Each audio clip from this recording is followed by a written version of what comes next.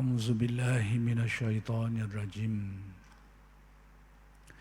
بسم الله الرحمن الرحيم الحمد لله رب العالمين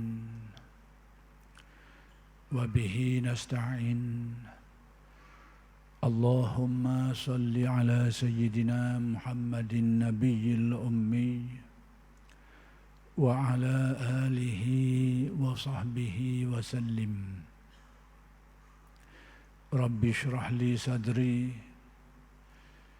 ويسر لي أمري واحلل عقدة من لساني يفقه قولي ولا حول ولا قوة إلا بالله العلي العظيم إلهي أنت مقصودي ورضاك مطلوبي أعطني محبتك ومعرفتك السلام عليكم ورحمة الله وبركاته الحمد لله والشكر لله والصلاة والسلام على رسول الله أما بعد. Pertama sekali kita bersyukur kehadrat Allah Subhanahu wa ta'ala yang telah mengurniakan dan melimpahkan kepada kita nikmat-nikmatnya yang sangat banyak zahir dan batin. Mudah-mudahan segala nikmat-nikmat itu sentiasa dikurniakan kepada kita dan dijadikan kita orang-orang yang mensyukuri nikmat. Mudah-mudahan dengan berkat syukur Allah Subhanahu wa ta'ala bukan saja mengekalkan nikmat yang sedia ada, malah ditambah lagi dan digandakan lagi dengan nikmat-nikmat yang lain. Dan insya-Allah pada malam ini Kuliah Masjid Abidin ingin meneruskan lagi huraian kalam hikmat Syekh Ahmad Ibn Athaillah Al-Iskandari radhiyallahu anhu. Dan kalam hikmat yang ingin dijelaskan pada malam ini ialah kalam hikmat yang ke-219, di mana Syekh berkata, La tastabti minhul nawala walakin istabti min nafsika wujudal iqbali. Jangan merasa lambat datangnya kurnia pemberian Allah kepadamu, tetapi hendaknya engkau merasakan kelambatan dirimu untuk menghadap kepada Tuhan. Jadi Allah Subhanahu wa ta'ala seperti yang kita tahu menjanjikan ganjaran-ganjaran terhadap amalan baik, amalan soleh yang dilakukan oleh orang yang beriman. Pertama sekali perlu kita fahami dan yakini bahawa kurniaan-kurniaan Allah yang berkait dengan amal-amal yang dibuat oleh seseorang itu adalah semata-mata kurnia dia. Dia bukan harga kepada amalan yang kita buat. Kalau kita beranggapan, sesiapa saja yang beranggapan bahawa kurnia-kurnia Allah yang berkait dengan amalan-amalan yang dia buat itu sebagai harga amalannya, itu adalah satu kefahaman yang keliru. Hakikatnya bahawa amalan yang kita buat itu adalah atas dasar pengabdian diri kita kepada Allah. Kita laksanakan amalan-amalan atas dasar kita menjadi hamba-Nya, atas dasar kita diperintahkan oleh Allah Subhanahu wa ta'ala. Adapun yang dijanjikan kepada kita itu kurnia dia, bukan harga amalan yang kita buat. Tidak sepadan. Itu perkara yang perlu kita fahami. Jadi kefahaman ini perlu sebab apa? Kalau kita tidak memahami perkara ni, kadang-kadang kalbu kita ni akan didatangi, akan diserang oleh satu penyakit. Kita akan rasa bila kita buat sesuatu amalan, tiba-tiba Allah Ta'ala kurniakan sesuatu kepada kita. Kita akan rasa itu kita layuk. Kesang dia. Bila kita beranggapan bahawa kurnia Allah itu sebagai harga amalan kita, tiba-tiba Allah Ta'ala kurniakan kita sebagai satu kurniaan yang lebih daripada orang lain. Contoh, Allah Ta'ala berikan kepada kita perkara-perkara yang luar biasa. Sama ada dari segi apa sajalah, dari segi kesolehan ke, dari segi ibadah ke, dari segi keilmuan ke, dari segi keanehan ke, Allah Ta'ala kurnia kepada kita hal-hal seperti itu. Diberi ilmu yang luas, lautan yang luas, diberi kefahaman yang mendalam, diberi hal-hal yang aneh berlaku atas dirinya tu, perkara-perkara pelik, sehingga orang ramai pandang ke dia dengan pandangan sanjungan dan kemuliaan dan macam-macam lagi. Jadi bila berlaku perkara-perkara macam ni, dia ada pegangan yang keliru tadi tu. Dia rasa semua ini adalah hasil daripada amalan dia, semua itu adalah harga bagi amalan dia, maka akan timbullah satu pegangan bahawa semua ni dia akan rasa, dia akan timbul dalam dia rasa bangga diri. Mari sifat sombong. Kerana dia kata, apa yang berlaku ni memang itulah nilai yang dia. Kurnia-kurnia Allah tadi tu, kelebihan-kelebihan yang Allah Ta'ala beri kepada dia tu, memang padanglah dia terima, patutlah dia terima. Sebab apa? Kerana amalan dia buat ni. Ini adalah merupakan kekeliruan-kekeliruan. Maka sebab itu dalam perkara ini, kefahaman yang betul yang perlu kita pegang, bahawa ibadah yang kita buat itu pertama sekali diperintahkan Allah. Yang kedua, kita laksanakan itu kerana mengabdikan diri kepada dia, sekadar yang kita mampu lakukan. Apa-apa yang diberi, apa-apa yang dikurniakan itu adalah kurnia dia semata-mata, bukan harga amalan kita tu. Kalau kita anggap harga amalan kita, rosak kita, punah kita. Terutamanya bila kita diberi sesuatu yang luar biasa, kita akan rasa padang. Seolahnya kita boleh hak besar ni padang, sebab amalan kita memang hebat. Kalbu kita dah jadi rosak, batin kita sudah jadi punah, kerana salah fahaman tadi itu. Maka itu perkara yang perlu kita fahami. Baik, kemudian kurnia Allah Ta'ala ini datang dalam pelbagai bentuk. Sebahagian kurnia itu berlaku di akhirat, iaitu apa-apa yang dijanjikan kepada orang yang beriman dan beramal soleh akan diberi ganjaran syurga yang bermacam-macam nikmat. Itu sebahagian daripada kurnia Allah atas janji dia, bukan atas harga amalan kita itu. Di akhirat berlaku. Dan di antara nikmat-nikmat yang paling besar di akhirat, dapat melihat zat Allah yang laisa kamitslihi syai'. Itu nikmat yang paling besar, dan bermacam-macam jenis nikmat lagi yang dikhabarkan di dalam hadis, a'dadtu li ibadiyas salihin ma la 'ainun ra'at wa la uzunun sami'at wa la khatara 'ala qalbi bashar. Aku sediakan untuk hamba-hambaku ni, hamba-hambaku yang soleh ini, apa yang tidak pernah terlihat, tidak pernah terdengar oleh telinga dia, kadar kenikmatan tu, dan tidak pernah terlintas pun dalam fikiran dia ketinggian nikmat yang dikurniakan di akhirat, bermacam-macam. Jadi kurnia-kurnia Allah ini sebahagiannya berupa apa yang Allah telah janjikan kepada orang beriman dan beramal saleh di akhirat. Dan sebahagian dari kurnia, ada juga kurnia-kurnia Allah Ta'ala ni dikurniakan pada masa manusia ni hidup di dunia. Kurnia. Jadi kurnia di akhirat tu tak dapatlah kita tengok sebab kita tak mati lagi. Jadi ada pun kurnia-kurnia yang dikurniakan kepada seseorang di dunia ini. Banyaklah yang kalau kita boleh perhatikan. Sebagai contoh, dan ayat yang biasa dibaca, disebut oleh terutamanya ulama-ulama tasawuf lah, iaitu seperti firman Allah, walladzina jahadu fina lanahdiyannahum subulana. Dan orang yang bersungguh-sungguh bermujahadah dalam menempuh jalan-jalan Allah Subhanahu Wa Taala ni, kami akan hidayatkan. Itu kurnia Allah. Hidayat Allah ni pun bermacam-macam. Kami akan hidayatkannya, lanahdiyannahum subulana.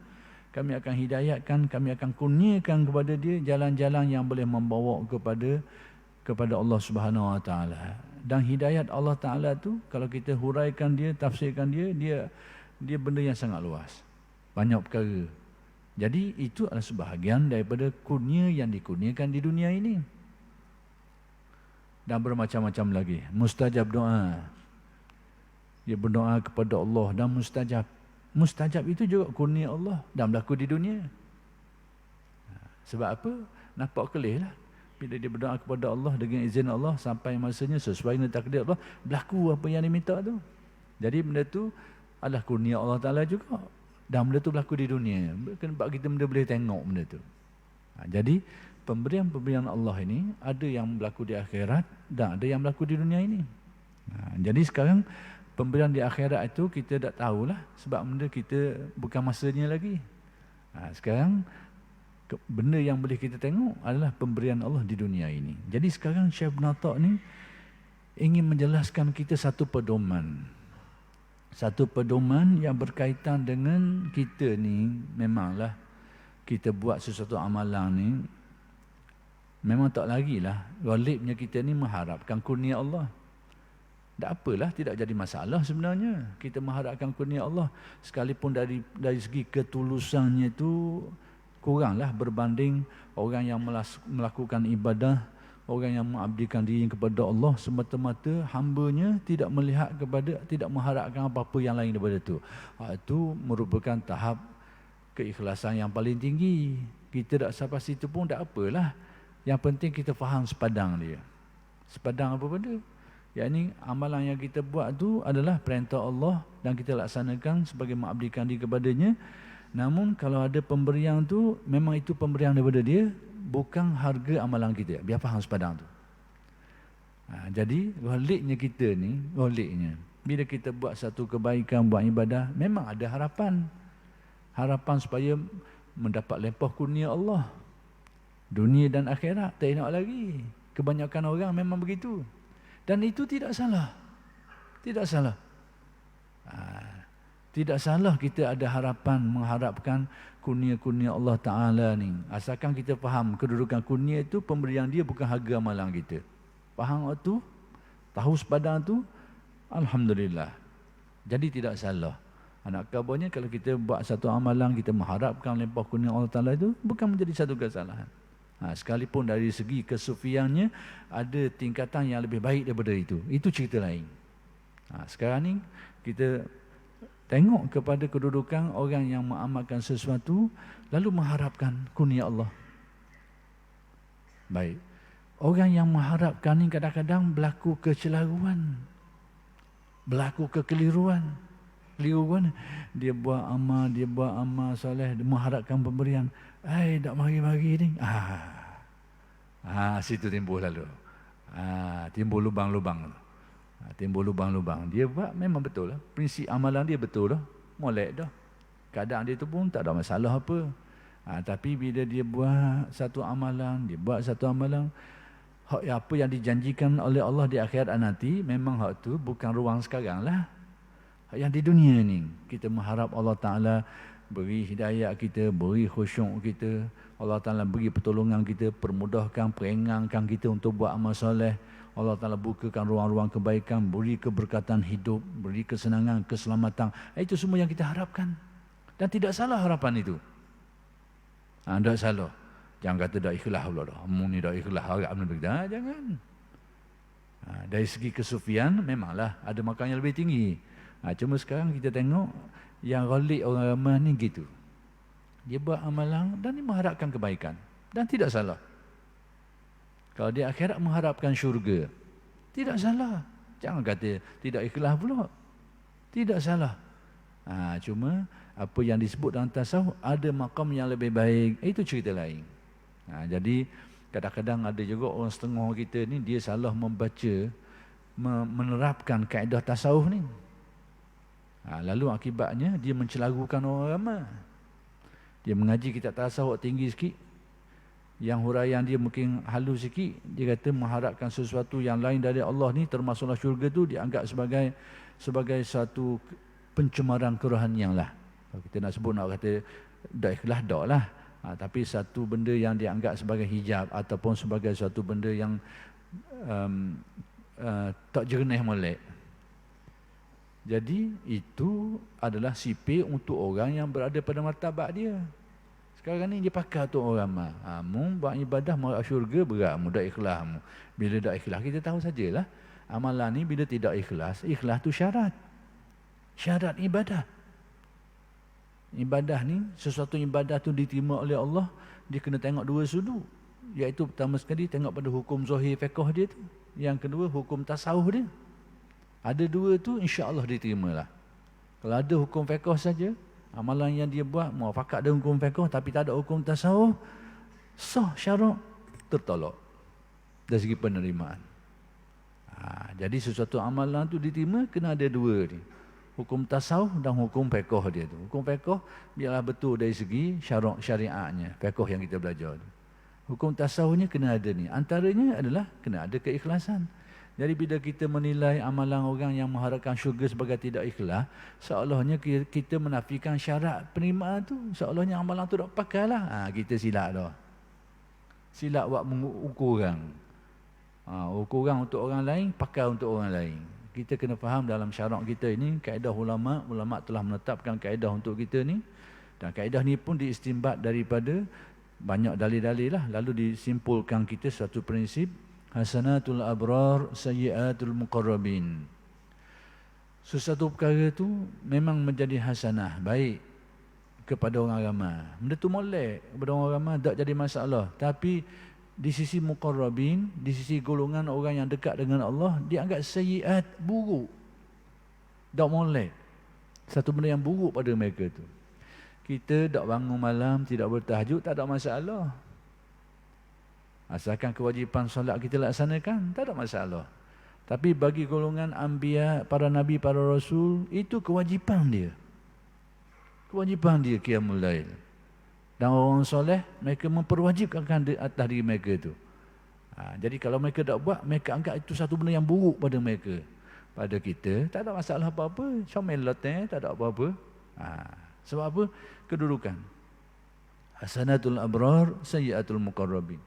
Demikian juga, ini saya nak jelaskan perkara ni kadang-kadang penerapan kaedah-kaedah tasawuf, penerapan kunci-kunci tasawuf pada tempat yang salah boleh mengakibatkan kecelaruan dan kekeliruan orang. Contoh lain saya nak beri, ini salah pasang. Tak apa, kita meleret sikit hari ni. Salah pasang. Bila salah pasang kait dengan ni, nak khabar ni. Iaitu tertulis dalam setengah kitab tasawuf, sekiranya hatiku ghaflah, lupa kepada Allah satu lahzah, satu ketika, aku hukum diriku murtad. Allah pada. Aku hukum, aku sudah kira aku diri ini sudah murtad dia aku. Kalau pakai kaedah ni pada kita semua, berat nananglah kita learningnya. Tapi pada orang yang duduk pada tahapan dia tu, memang itu ilmu, itu tahap dia lah. Dan dia menilai macam tu. Tapi kita mungkin tak ada pakai buah tu untuk orang ramai. Tapi bukan ilmu tu salah. Tidak salah ilmu tu. Salah kita pasang tepat pada orang ramai ni, bukan tepat dia. Benda-benda macam ni kita kena faham. Jadi balik kita kepada kalam hikmat ini. Jadi isunya sekarang, bila seseorang beramal soleh, dia beriman dan beramal soleh, buat kebajikan, lalu dia ada harapan dia, mudah-mudahan Allah Ta'ala beri kesejahteraan hidupnya, beri berkat hidupnya, beri ilmu, beri hidayah, beri penjagaan, perlindungan dan macam-macam. Dia mengharapkan itu. Dan harapan itu tidaklah dikatakan sebagai tidak ikhlas amalannya itu. Jangan salah faham. Pada makam ahli tasawuf tertentu, ya. Tapi pada kita orang ramai ni, amalan itu tetap dikira sebagai ikhlas. Sudah termasuk dalam amalan ikhlas. Orang yang beramal mengharapkan ganjaran syurga. Orang yang beramal mengharapkan supaya dia mendapat berkat, mendapat kesejahteraan hidup. Semua itu termasuk amalan yang ikhlas. Cuma tahapan keikhlasan saja yang mungkin ada yang lebih tinggi. Kena faham gitu. Baik. Balik kepada kalam hikmat ni. Orang yang beramal tadi pula, dia beramal soleh. Kemudian dia melakukan riadah dan sebagainya. Dan ada harapan tadi tu. Tapi dia harap tu tak nampak mana. Kat ni timbul masalah ni. Dia buat kewajipan-kewajipan agama. Kadang-kadang dia gandakan lebih daripada orang lain lagi. Dia buat kewajipan tetap kewajipan lah, ditambah lagi dengan yang sunat-sunat, dari solatnya, dari segi sedekahnya, dari segi zikirnya. Dan dia ada harapan-harapan tadi tu, Allah Ta'ala beri hidayah, beri kesejahteraan, beri keamanan, beri keselamatan. Tapi kenyataan yang berlaku dalam hidup dia mungkin tak nampak seperti yang diharapkan. Dia harap mudah-mudahan rezeki dia Allah Ta'ala lapangkan, tapi rupanya tak lapang mana juga kadang-kadang. Contohnya, kadang-kadang dia harap mudah-mudahan Allah Ta'ala jaga dia, kesihatan dia, kadang-kadang kena sakit juga. Ada kok penyakit kena, darah tinggi lah, lemah jatuh lah, kena juga. Tapi ya, malam soleh banyak. Dan dia mengharapkan Allah Ta'ala beri kesejahteraan ke dia. Jadi secara zohirnya dia nampak semacam. Sebenarnya tak gitu. Tapi pandangan kita orang ramai ni seolahnya, mana tak mari ni. Tak ada. Pandangan selapih. Kalau pandangan ahli marifat mungkin tak gitulah. Ini pandangan selapih orang ramai kita ni. Mana tak ada ni. Banyak dah buat ibadah ni, semayang lagi ni. Ikhlas. Memang tak ada tujuan lain. Dan kita mengharapkan itu. Tapi mana tak boleh-boleh ni. Tak nampak timbul ni. Jadi sekarang Syekh Ibn Atta nak khabar kita. Sekiranya berlaku gitu, kok mana? Masalahnya apa? Apa sepatutnya? Sekiranya berlaku keadaan itu, apa sepatutnya yang kita lakukan? Supaya perjalanan kita ni lurus. Baik, maka kata Syekh Ibn Atta, jangan merasa lambat datangnya kurnia pemberian Allah kepadamu. Disebabkan kerana tadi itu kita buat amal soleh, tapi yang kita harapkan tu tak timbul. Tak nampak pada pandangan selapih kita ni. Jadi kita rasa macam lambat boleh ni. Bagi dah. Benda-benda macam ni kalau yang lok menarak sikit, memang ada benda yang tak bagus dari segi tasawufnya. Kalau menarak banyak sikit lagi. Dia boleh bawa kepada hal-hal yang mula-mula taklah sampai tahap benda tu buruk. Tapi kalau dia ikut area dia tu, dia buat amal soleh, tak mari-mari, ada kemungkinan dia akan bawa kepada hal yang lebih buruk. Baik, jadi sekarang kena tutup dulu. Jangan sampai melarat. Kalau kita ni ada kudi, jangan lock sampai seluruh badan tu. Pergi dulu bobat sikit itu tu. Jangan dia menarat ke lain. Ni pun sama. Jangan merasa lambat datangnya kurnia pemberian Allah kepadamu. Jangan rasa lambat. Sekalipun kenyataan hidupnya kita nampak macam begitu. Dan menurut pandangan selapih kita tu, macam tu. Kita banyak buat, kita tak buat, kita rasa taklah buat salah yang berat-berat. Tapi nampak tak kaya kot macam orang lain. Orang lain nampak sembahyang wajib je. Sunat-sunat tak ada. Kaya pula dia ni. Jadi kita, pandangan selapih kita, mana ni? Sebab tu kita tengok kita ni, banyak buat ibadah, buat ni, tapi kena juga darah tinggi. Lepas tu tengok seorang ni nampak dia buat hak wajib-wajib asas-asas dia, sihat boleh-boleh ada, tak ada kena penyakit-penyakit ni. Jadi pandangan-pandangan ni lah yang kadang-kadang menimbulkan ini. Kita rasa lambat guana hak kita buat ni ke guana ni, tak mari lagi ni. Timbul. Jadi kita rasa lambatnya kurnia Allah tu, pemberian tu. Baik. Apa ajaran tasawuf kita tentang perkara ni? Pedomannya supaya kita tak terbabas. Jadi jangan merasa lambat datangnya kurnia pemberian Allah kepadamu, jangan rasa lambat. Tetapi apa yang disuruh kita perhatikan, apa yang disuruh kita renungi, apa yang disuruh kita ni fikirkan, hendaknya engkau merasakan kelambatan dirimu. Kelambatan dirimu untuk menghadap kepada Tuhan. Hak yang sepatutnya kita tengok, jangan fikir kita buat kita rasa lambat pemberian. Hak sebenarnya kadang-kadang kita terlepas pandang. Sebenarnya kalbu kita ni, hati kita ni yang lambat untuk menghadap kepada Allah. Kadang-kadang ibadahnya banyak, tapi ingatan hati kita itu sangat kurang sekali. Kadang-kadang apa yang kita buat itu banyak, tapi tumpuan hati kita dalam mengabdikan diri kepada Allah tu sangat lemah sekali. Jadi kata Syekh Ibn Atta, jangan mu pandanglah. Sekiranya mu nampak secara selapih itu lambat pemberian Allah Ta'ala tu yang kau harapkan setelah kau lakukan kebaikan-kebaikan tu. Tetapi yang perlu kau pandang, kelambatan diri kita ni. Diri kita sebenarnya lambat. Lambat, dorok dalam menghadapkan diri kita menghadapkan diri kita dan mengabdikan diri kepada Allah. Hak tu kadang-kadang hak kita tak perasan. Kita tak perasan. Sebab apa? Ghalibnya kalau hatinya tu laju dalam menghadapkan diri kepada Allah, dia tak mari rasa lambat ni. Ghalibnya hak berasa lambat ni, hak lambat dalam tu. Lambat dalam yang mari dapat lambat luar ni. Betul-betul mudah. Betul-betul mudahnya gitu. Mari je kita rasa lambat pemberian, tanda hak dalam kita lambat lagi rupanya. Jadi Syekh Ibn Atta suruh sekiranya timbul dorongan-dorongan tu berasa lambat pemberian Allah Ta'ala ni, cek dalaman kita, tengok pada dirimu sendiri sejauh mana engkau segera untuk menghadapkan, berusaha untuk menghadapkan dirimu, ingatanmu, pergantungan hatimu, pautan hatimu kepada Allah Subhanahu Wa Ta'ala. Kalau kita cek betul-betul, jumpa punca ni. Kita ingat ke ombak molek dah lambat begini, rupa-rupanya ni kendala sini. Tempat kendala dia. Jangan merasakan datangnya kurnia pemberian Allah yang lambat, tetapi rasakanlah kelambatan dirimu untuk membetulkan i'tiqad yang baik kepada Tuhanmu. Bila kita rasa lambat pemberian Allah, sebenarnya menunjukkan zon kita pun tak apa comel dah. Kemajuan kalbu kita dalam memahami tentang Allah pun lambat dah tu. Berarti kena kosek situ dulu. Betul situ dulu. Mudah-mudahan insya-Allah sekiranya amalan itu dibuat dengan baik, dapatlah janji tu, janji.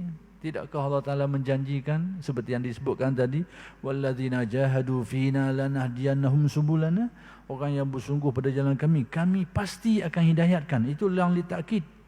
Lanahdiyannahum tu dalam bahasa Arab ada makna pengukuhan. Pasti kami akan menghidayatkan kepadanya.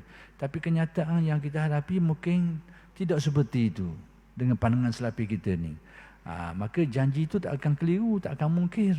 Maka ada benda yang terlepas pada kita ni. Maka Syekh Ibn Atta ajar kita, perhatikan dirimu. Sebenarnya dirimu lah yang lambat untuk menghadap hati kepada Allah. Dan timbulnya rasa lambat pemberian Allah tu, itulah alamat bahawa gerak hati kita lambat dalam memahami hikmah kebijaksanaan Allah Subhanahu Wa Taala. Maka perhatikan di situ dan perbaikilah. Jadi demikianlah yang ingin disampaikan oleh Syekh Ibn Atta mengenai kalam hikmah yang ke-209 ni. Kemudian kalam hikmah seterusnya, kalam hikmah yang ke-220, iaitu kata Syekh Ibn Atta, hukukun fil awqati yumkinu qada'uha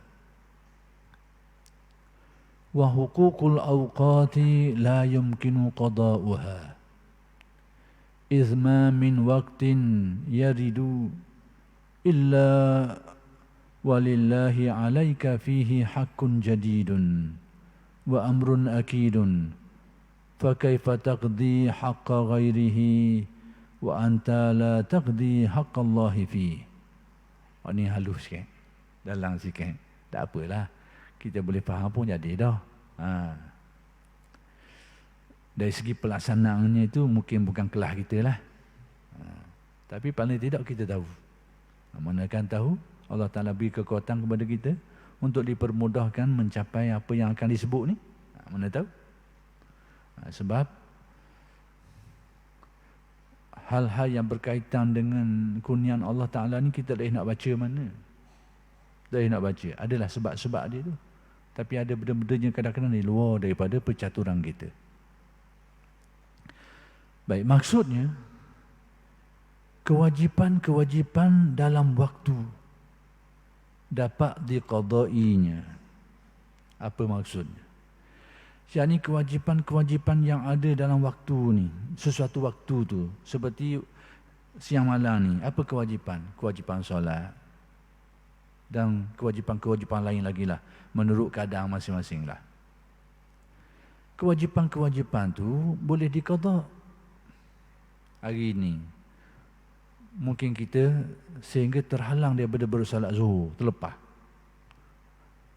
Sama ada kerana malah ke ataupun kerana uzur syar'i. Kita boleh qada lah esok ke, petang karang ke, boleh qada. Jadi kewajipan-kewajipan yang ada pada sesuatu waktu tu boleh diqada. Maksudnya Hak dadang kita boleh cover balik. Maksudnya boleh selesaikan. Tetapi hak yang disediakan oleh Allah dalam waktu. Tapi hak waktu tu sendiri. Bukan yang ada dalam waktu tu, hak waktu tu sendiri. Tidak dapat dikejarkan jika terlambat. Maksudnya hak zuhur hari ni bila petang karang habis lah. Kalau kita dah isi masa tu kok tak ada bahagian. Dah nak kambuh dah. Kewajipan yang ada pada waktu tu kalau kita tertinggal, kita boleh qada petang karang ke esok. Tapi waktu tu sendiri kalau tidak berisi, dia pergi tak ada ruang dah nak cover. Inilah yang mungkin kita kurang tersedar sebab mungkin kelalaian kita lah. Tapi di hari akhirat nanti, seperti yang diberitahu oleh Nabi, itulah penyesalan yang akan disesali oleh manusia. Bila waktu berlalu tidak ada isi. Waktu berlalu tak ada isi. Tak boleh nak cover dah, lepas. Di akhirat menjadi satu penyesalan bagi manusia. Ini. Mungkin contohnya, na'udzubillah, mudah-mudahan Allah Ta'ala beri ruang masa yang luas kepada kita lagi lah. Mungkin kita habis umur 40 tahun, 30 tahun. Lepas baru sedar. 30 tahun kita dah isi dengan molek. 30 tahun tu habis gitu dah. Tak nak kambuh dah. Tak nak kambuh dah. Tapi hak yang kita tinggal dalam masa 30 tahun tu, kita boleh qada. Hak kita tinggal. Puasa kita, sembahyang kita boleh kambuh lagi. Tapi waktu tu, hak habis sia-sia tu, waktu tu habis selesai. Tak nak kambuh dah. Sebab tu kata, satu saat yang seseorang lupa kepada Allah di dunia ini adalah penyesalan di akhirat. Penyesalan. Jadi mudah-mudahan Allah Ta'ala beri kekuatan kepada kita untuk sedar benda ni. Supaya waktu-waktu kita itu diberikan kekuatan untuk kita isi sebaik-baiknya menurut kadar kemampuan kita lah. Menurut kadar kemampuan.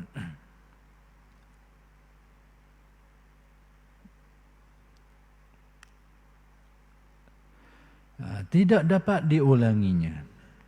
Sebab tiada suatu waktu melainkan ada hak kewajipan yang baru. Setiap waktu tu ada kewajipan tertentu. Kewajipan pada waktu tu, sembahyang ke sebagainya, tu boleh qada lah. Tapi waktu tu sendiri, dia ada kewajipan. Kewajipan tu sendiri. Apa benda kewajipan? Secara mudahnya, ulama tasawuf dan nanti akan disebut jugalah. Setiap waktu yang kita lalu tu, manusia ni tak lagi daripada 4 keadaan. Sama ada nikmat ataupun balak. Sama ada taat ataupun maksiat.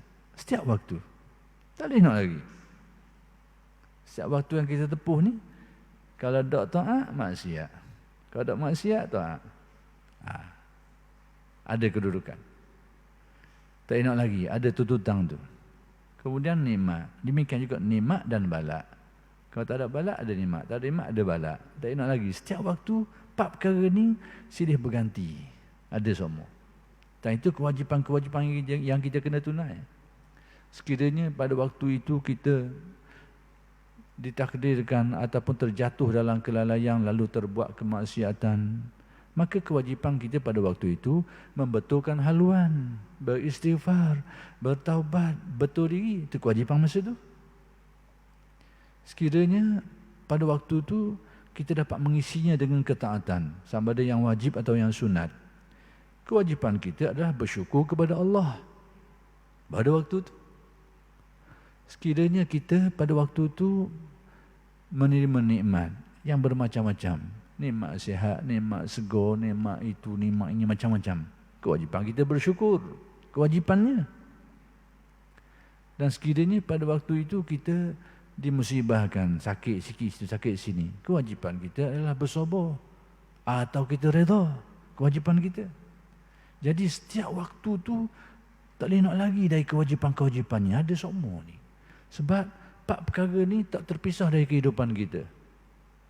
Jadi apabila waktu-waktu itu tidak diisi dengan kewajipan-kewajipan ini, maka tak boleh nak cover lagi dah.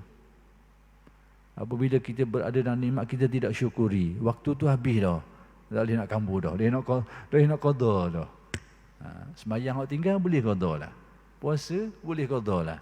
Tapi pengisian waktu tu, kewajipan-kewajipan tadi tu kalau kita dah isi, maka dia habis-habis gitu ya.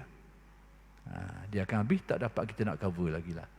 Maka sekiranya puluhan tahun kita berada dalam keadaan tidak mengisi ruang-ruang itu, maka semua itu tak ada ruang kita nak kambuh lagi dah. Kalau ada pun pada kita berdoa kepada Allah lah, mudah-mudahan Allah Ta'ala beri yang lebih baik untuk kita. Itu je. Nak kambuh, tak ada dah. Terlepas habis dah. Tak boleh nak buat apa. Jadi kalau ada pun, hak masa akan datang. Saki-baki hak ada. Hak itulah kita berdoa kepada Allah, mudah-mudahan dipanjangkan umur. Dipanjangkan kebaikan. Dah tengok lepas-lepas ni, 3-40 tahun ni, budak terisi mana ni? Dah nak kambuh dah ni.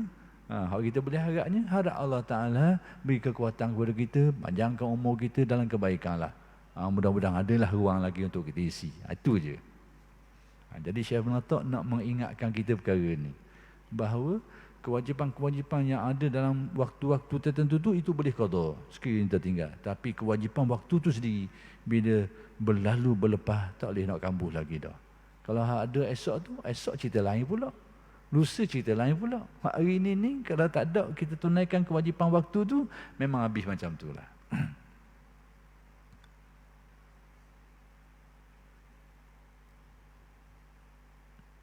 Sebab tu guru kami mengajarkan supaya menghidupkan ingatan hati yang disebut sebagai khafi, yang merujuk kepada Al-Quran, allazina yazkurunallaha qiyaman wa qu'udan wa 'ala junubihim, iaitu orang-orang yang ingat kepada Allah, berpaut hatinya kepada Allah, berhubung hatinya kepada Allah, sentiasa sedar tentang ketuhanan Allah, dalam keadaan berdiri, duduk dan baring.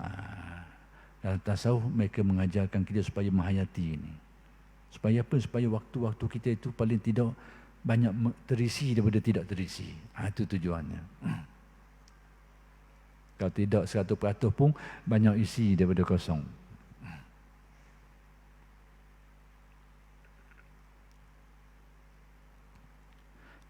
Jadi sebab tiada suatu waktu melainkan ada hak kewajipan yang baru dan perintah yang ditekankan, yakni yang diperintah, yang disuruh. Ya, baik. Maka bagaimanakah engkau akan menyelesaikan hak lainnya? Hak-hak lain bila waktu tu habis bagian dia tu. Bila tak tunai kewajipan dia, maka tak boleh nak buat apa lagi dah. Esok waktu lain, kewajipan untuk waktu tu pula. Kemarin itu habis kita. Sedang engkau belum menyelesaikan hak Allah. Yang ni sekiranya pada waktu-waktu tertentu tu, hak-hak Allah Ta'ala tadi tu, kalau kita buat salah, kita istighfar dan taubat. Kalau kita buat taat, kita kena syukur kepadanya. Kalau kita dapat nikmat, kita syukur. Kalau kita dapat musibah, kita kena sabar dan redha. Itu asas dia. Jadi kalau hak-hak Allah Ta'ala ni kita tidak laksanakan, bagaimana kita akan menyelesaikan hak-hak lain lagi? Hak asas tu pun kita tidak laksanakan. Maka hak lain sudah tentulah tidak terlaksana lagi. Sedang engkau belum menyelesaikan hak Allah dalam waktu itu. Jadi hak-hak Allah kita tak mengisi dia, kita tak tunaikan hak-hak tu, kita duk kisah hak-hak lain lagi. Basic asas tu kita tak cara. Jadi kesimpulan mudahnya, Syekh Ibn Athaq nak mengingatkan kita bahawa sepanjang waktu yang berjalan ni ada dua bentuk hak. Hak yang ada pada waktu tu kalau tinggal boleh qada. Yang kedua, hak waktu tu sendiri, hak ni kalau terlepas, tak boleh nak buat apa. Maka kita disuruh beringatlah. Sebab apa? Bila sesuatu waktu tu berlalu tanpa pengisian yang baik, dia akan menjadi penyesalan di akhirat, seperti yang disebut di dalam hadis. Baik, kewajipan dalam waktu yang ada dalam waktu itu, seperti sembahyang, puasa dan sebagainya lagi lah.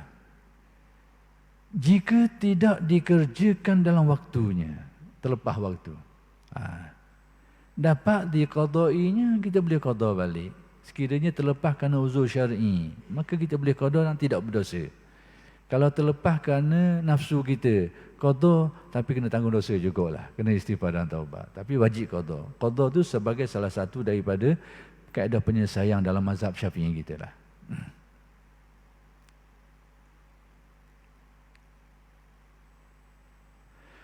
Tetapi hak-hak waktu itu sendiri, yakni apa yang disediakan oleh Allah untuk itu,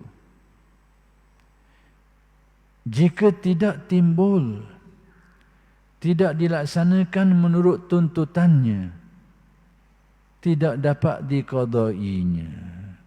Jadi hak-hak Allah Ta'ala pada setiap waktu itu sendiri, seperti yang saya sebutkan tadi lah, kalau kita tidak tunaikan, bila dia berlalu memang tak boleh nak qada dah. Tak boleh nak qada dah. Baik, iaitu seperti yang disebut tadi, iaitu waktu menerima nikmat atau taat. Setiap waktu tu tak lagi. Sama ada nikmat atau taat. Nikmat taat. Atau teruji dengan bala dan maksiat. Jadi setiap waktu tak nak lagi ni. Kita duduklah di mana-mana pun, bila masa pun tak nak lagi. Nikmat, bala. Kalau kaki sihat, nikmat. Kaki sakit, balak bahagian tu. Kadang-kadang ada balak bahagian tu, nikmat bahagian lain. Tapi tak nak lagi. Di mana kita berada, pada bila-bila masa, tetap diri kita tak terlepas daripada nikmat dan balak. Tak terlepas daripada taat atau maksiat. Jadi itu hak-hak waktu tu. Jadi kalau kita tidak tunaikan hak-hak waktu tu, maka tak ada boleh nak qada lah kita. Pada waktu kita dapat nikmat, kita tidak mensyukuri. Pada waktu tu, dah nak qada. Hak esok, nikmat esok, itu hak esok dah. Hak ada gitu tu. Dah nak qada. Iaitu masa yang harus bersyukur kalau dapat nikmat, dan masa di mana ia harus sabar kalau terima bala, terima ujian dan dugaan.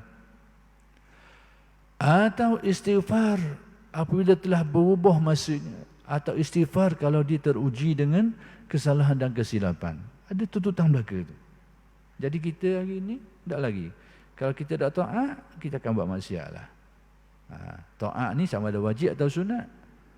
Tak kira lah sunat ke, wajib ke, harus ke, dikira boleh. Yang kalau niat yang betul masih taat lagi. Jadi kita ni tak nak lagi benda tu. Baik. Apabila telah berubah masanya, maka berubahlah hak kewajipannya. Kalau pada waktu tu tidak ditunaikan, pergi ke masa lain, maka masa lain itu dia ada hak dia sendiri dah. Hak lepas ni terlepas dah. Terlepas habis dah. Maka berubahlah hak kewajipannya, sehingga tidak dapat digunakan untuk mengqadai. Jadi hak lepas tu dah nak qada dah. Sebab apa? Waktu baru kita tu dia ada hak dia sendiri pula dah. Waktu sekarang dapat nikmat, haknya syukur. Lepas tu ditakdirkan ada bala. Selepas tu. Jadi hak bala ni kena bersabar. Jadi hak syukur tadi dah kita tak tunaikan. Jadi nak tunaikan waktu tu tak boleh lah, sebab dia ada hak dia sendiri dah masa tu. Itu maksudnya Syekh Ibn Atta nak khabar kita. Tidak dapat digunakan untuk mengqadai apa yang tertinggal pada masa yang telah lampau itu. Hak lepas tu kalau dah isi kau, habis gitu, habis. Jadi ini sebenarnya sebagai satu ingatan daripada Syekh Ibn Atta kita lah, supaya kita ni berhati-hati dan berjaga-jaga dan ambil manfaat, supaya kita tak sampai tahap terlajak lalu membawa kepada penyesalan yang kita tak boleh nak ubat dah. Tak boleh nak ubat. Rasulullah sallallahu alaihi wasallam bersabda. Sedang boleh. Jadi panjang juga hadis ni dah. Jadi kan insya-Allah oleh kerana sampai pedoman ni, isyarat ni, jadi kita berhenti dulu kuliah setakat ini, dan insya-Allah akan bersambung huraian kalam hikmat ini pada kuliah-kuliah yang akan datang. Aqulu qawli hadza wa astaghfirullahal azim li wa lakum. Assalamualaikum warahmatullahi wabarakatuh.